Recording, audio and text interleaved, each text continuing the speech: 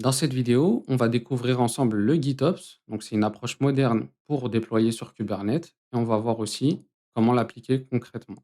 Donc, l'objectif, ça va être de comprendre les bases, de voir une démo simple et d'apprendre à synchroniser un cluster Kubernetes avec un répertoire Git. Alors, c'est quoi le GitOps? Le GitOps, c'est un ensemble de bonnes pratiques qui va permettre de gérer toute la configuration et les déploiements via Git. Ça va donc reposer sur quatre principes. Donc, premièrement, tout est décrit de manière déclarative. Le but, c'est d'avoir l'état désiré stocké dans un répertoire Git. Et ce qu'on va stocker généralement, ça va être des manifestes au format YAML. Ensuite, l'état désiré est versionné dans Git. Donc là, ce qu'on veut, c'est conserver un historique complet des versions. Troisième point, les changements passent par des pull requests et validations Git. Donc là, on va comparer en continu l'état du cluster et les fichiers de configuration sur Git. Et si jamais on détecte une différence, la boucle de réconciliation va s'enclencher. Et dernier point, un contrôleur GitOps se charge de faire respecter cet état dans le cluster. Donc là, concrètement, qu'est-ce que ça veut dire? C'est que là, on va plus du tout opérer le cluster via la ligne de commande. On va simplement pousser des modifications sur Git et on va éviter d'utiliser kubectl pour des opérations de maintenance. Dans un workflow traditionnel, le développeur va pousser son code sur un repo Git. Ensuite, on va builder et pousser une image vers une registry Docker. Puis enfin, on va déployer en mode push en faisant des kubectl apply vers le cluster Kubernetes. Et là, le problème majeur, c'est que les systèmes externes, comme les pipelines CI/CD, ont un accès complet au cluster. Parce que pour pouvoir déployer en mode push avec kubectl, on a besoin de donner l'accès au cluster via le fichier kubeconfig. Donc, on veut vraiment éviter cette situation et c'est pour ça que maintenant, le standard, c'est de déployer avec les principes GitOps. Et donc, avec un workflow GitOps, c'est l'inverse. Cette fois-ci, on est en mode pull, c'est-à-dire que c'est le cluster qui va chercher sa configuration dans un repo Git. Donc, au début, c'est toujours la même chose. Le développeur va pousser son code sur un repo. Ensuite, on va builder et pousser l'image vers une registry Docker. Par contre, pour la troisième étape, cette fois-ci, c'est différent. Ce qu'on va faire, c'est qu'on va mettre à jour le manifeste avec la nouvelle version. Donc, on va prendre le tag de l'image Docker correspond à la nouvelle version. Ensuite, on va faire une pull request pour faire correspondre ce tag d'image avec la version dans le manifeste YAML qui va se situer dans un deuxième repo Git. Donc le premier repo Git, c'est pour le code source de l'application. Le deuxième repo, il est dédié au manifeste et chart au format YAML. Ce deuxième repo, il est géré par les DevOps. Et donc, à partir du moment où on va pousser les changements sur la branche main, automatiquement, le contrôleur GitOps va détecter qu'on a poussé une nouvelle version et va synchroniser les changements dans le cluster Kubernetes. Et donc là, les avantages cette fois-ci, Git est la source de vérité unique. On n'a plus besoin de donner un accès externe au cluster. Et en plus de ça, on va bénéficier de la boucle de réconciliation en continu. Donc, le cluster, il va récupérer sa propre configuration de manière automatique. Donc, pour mettre en place les pratiques GitOps dans Kubernetes, l'outil le plus populaire aujourd'hui, c'est Argo CD.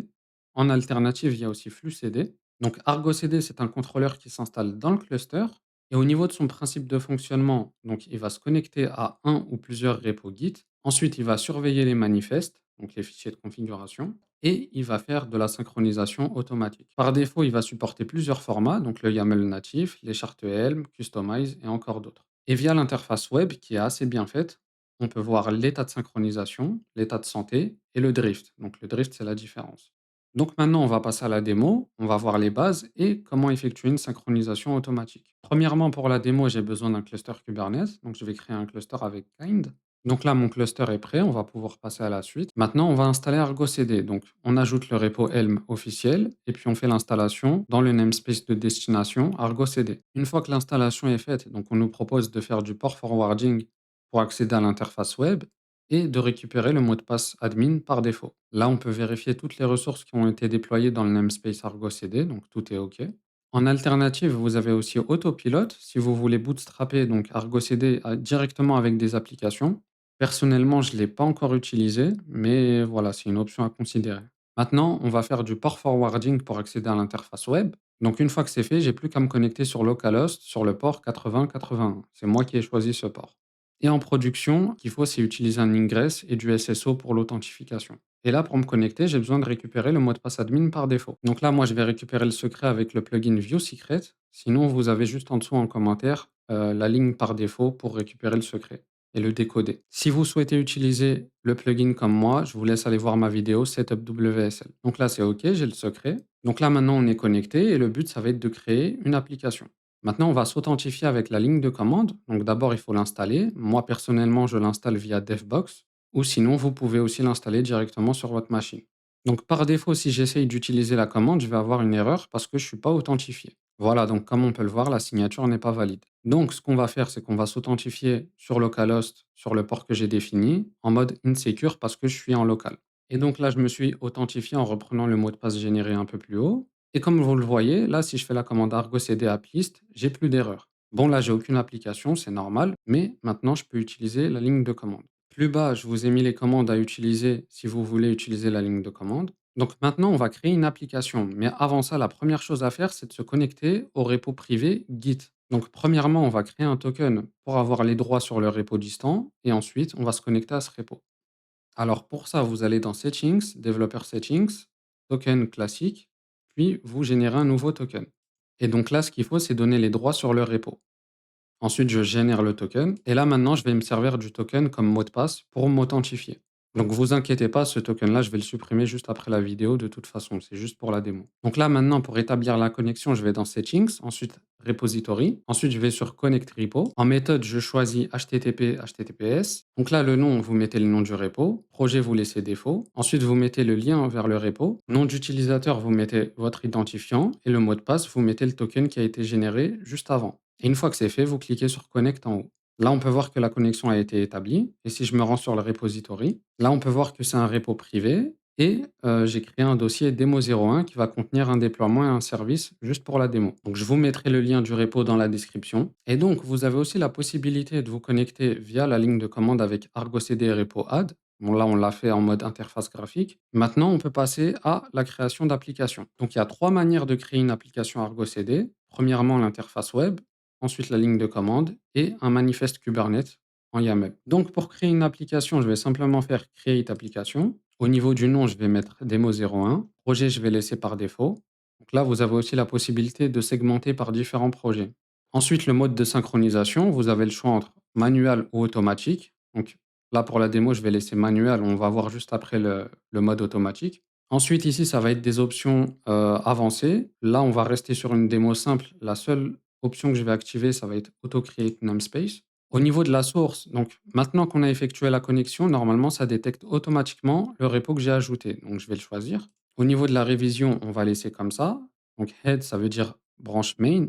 Et au niveau du chemin, moi, ce que je veux, c'est déployer mon dossier démo 01. C'est là où se trouvent mes manifestes YAML. Ensuite, le cluster URL, donc vous choisissez le cluster par défaut, donc c'est le cluster actuel. Et donc avec Argo CD, vous avez aussi la possibilité de déployer sur différents clusters. Pour le namespace, donc moi j'ai envie de déployer ça sur le namespace démo. Et ce namespace va se créer automatiquement parce que j'ai coché la case juste au-dessus. Et directory, c'est des options supplémentaires, donc là, il n'y en a pas besoin. Une fois que tout est fait, vous cliquez sur Create tout en haut. Donc là, l'application est créée. Comme on peut le voir, elle a un statut Missing et Out of Sync. Donc missing, ça veut dire que l'application, elle n'est pas encore sur le cluster. Et out of sync, c'est parce que j'ai laissé la synchronisation en mode manuel. Donc là, on va faire une synchronisation. Là, le menu, il s'ouvre à droite parce qu'on peut cocher encore des options supplémentaires, mais moi, je vais simplement cliquer sur synchronise. Et là, comme on peut le voir, donc c'est en cours de progression. Puis à la fin, ça passe en mode healthy. On peut vérifier ça. Donc là, j'ai fait kubectl get all dans le namespace démo et on peut voir que j'ai bien mes 5 pods. Donc là, ça correspond bien à ce que j'ai déclaré dans mon repo Git. Ok, donc maintenant, je vais supprimer l'application et je vais la recréer en mode ligne de commande. Donc là, j'ai juste à taper le nom de l'application et à faire OK. Et bien sûr, le fait d'avoir supprimé l'application ici, elle est plus dispo sur mon cluster Kubernetes. Donc là, si je refais un kubectl get all, on peut voir que j'ai plus rien. Donc pour la ligne de commande, ça va être argo cd app create. Donc là, c'est OK, ça me dit que démo 01 a été créé, on va vérifier. Donc là, c'est OK, on a le même résultat et on va aussi retrouver les ressources du côté du cluster. Et donc, via la ligne de commande, on peut aussi lister les applications et voir le détail d'une application en particulier. Donc là, voilà, on a les mêmes informations que sur l'interface web. Et plus bas, on peut voir le détail des ressources. Mon application, elle a un déploiement et un service. Donc là, j'ai supprimé l'application et on va voir la dernière méthode. Donc, créer une application à partir d'un manifeste YAML. Donc là, comme on peut le voir, j'utilise le CRD application. C'est un CRD qui est venu en installant Argo CD et l'application a bien été créée. Là, comme vous le voyez, en installant Argo CD, j'ai obtenu 3 CRD, application, application 7 et app project. Et là, encore une fois, on va retrouver la même application.